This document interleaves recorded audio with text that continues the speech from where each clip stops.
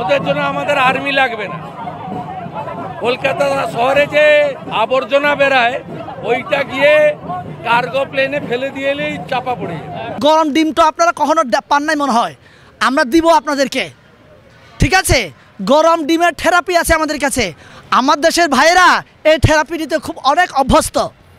আসেন, থেরাপি দিব। কিসের তোমাদের দয়া ভাই? 30 লক্ষ মানুষ শহীদ হয়েছে, এটা কি আমরা হাতের মোয়া নাকি? হাতের মোয়া। আজকে থেকে আমি বলবো আমাদের যে মন্ত্রণালয়গুলো আছে সেই মন্ত্রণালয়গুলোতে, যে সচিবালয়গুলোতে ওই যে 71-এ যে 16ই ডিসেম্বর যে চুক্তি হয়েছিল সই, এই সই ছিঁড়ে ফেলবেন আজকে থেকে। আমরা ওই চুক্তি মানি না। আমরা স্বাধীন হয়েছে যুদ্ধ করে, এটা কিসের? এরা সবসময় আমাদেরকে বলে ওদের দয়ায় পেয়েছি, ওদের দয়ায় পেয়েছি। না, আপনাদের দয়ায় আমরা পাইনি। আমি ভারতের নাগরিকদের বলতে চাই, ভাই তোমাদের চ্যাটাং বন্ধ করো, না হলে তোমাদের ভারত কিন্তু 14 টুকরো হয়ে যাবে। বলছি আমি, আমার জীবনের বিনিময়ে হলে আমি 7 সিস্টার ভাগ করব। আমার পাহাড় অশান্ত তোমাদের জন্য। তুমি কি মনে করছো আমরা ছেড়ে দিব? আমরা ছেড়ে দিব না ভাই, আমরা ছেড়ে দিব না। আমার এই পাহাড়ে যে সমস্ত সেনা কর্মকর্তারা মারা যাচ্ছে, আমার পাহাড়ের ভাইরা মারা যাচ্ছে প্রতিনিয়ত যুদ্ধ, ওই যে সংঘাতের মধ্য দিয়ে, এই সংঘাতটা কে বাঁধিয়ে রেখেছে?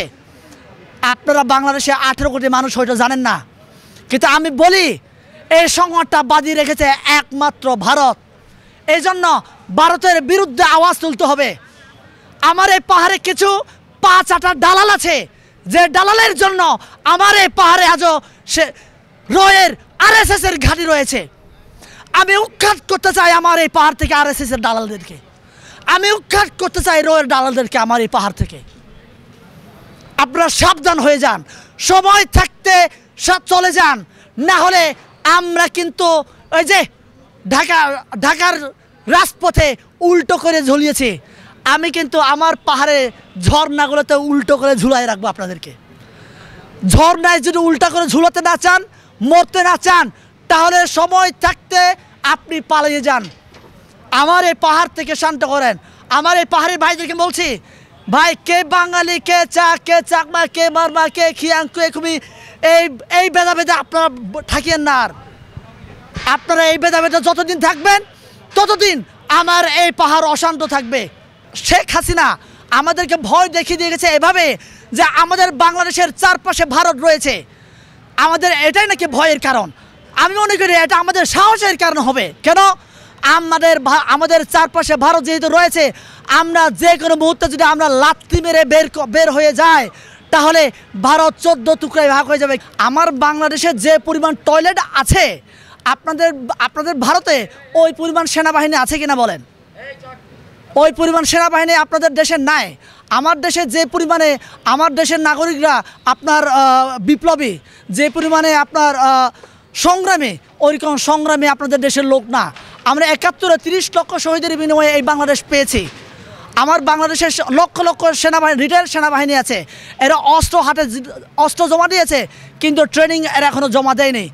71-এ যেমন জিয়াউর রহমানের ডাকে আমরা একযোগে আমরা হাতে অস্ত্র তুলে নিয়েছিলাম, ঠিক তেমনি এই 2024 সালেও সেনাবাহিনীর ডাকে আমার বাংলাদেশের জনগণ সারা দিতে একটা সেকেন্ডও চিন্তা করবে না। আপনি যদি মনে করেন 1 মিলি সেকেন্ডও চিন্তা করবে না, সাথে সাথে অস্ত্র হাতে তুলে নিয়ে যুদ্ধের জন্য প্রস্তুত হয়ে যাবে। আমরা যুদ্ধবাজ জাতি, আমাদেরকে ভয় দেখাতে যাবেন না, আমাদেরকে নিয়ে প্রপাগান্ডা ছড়াবেন না। আপনি বলছেন যে আপনি ভারত দিকে আসবেন, ভারত নিয়ে প্রপাগান্ডা ছড়াবেন।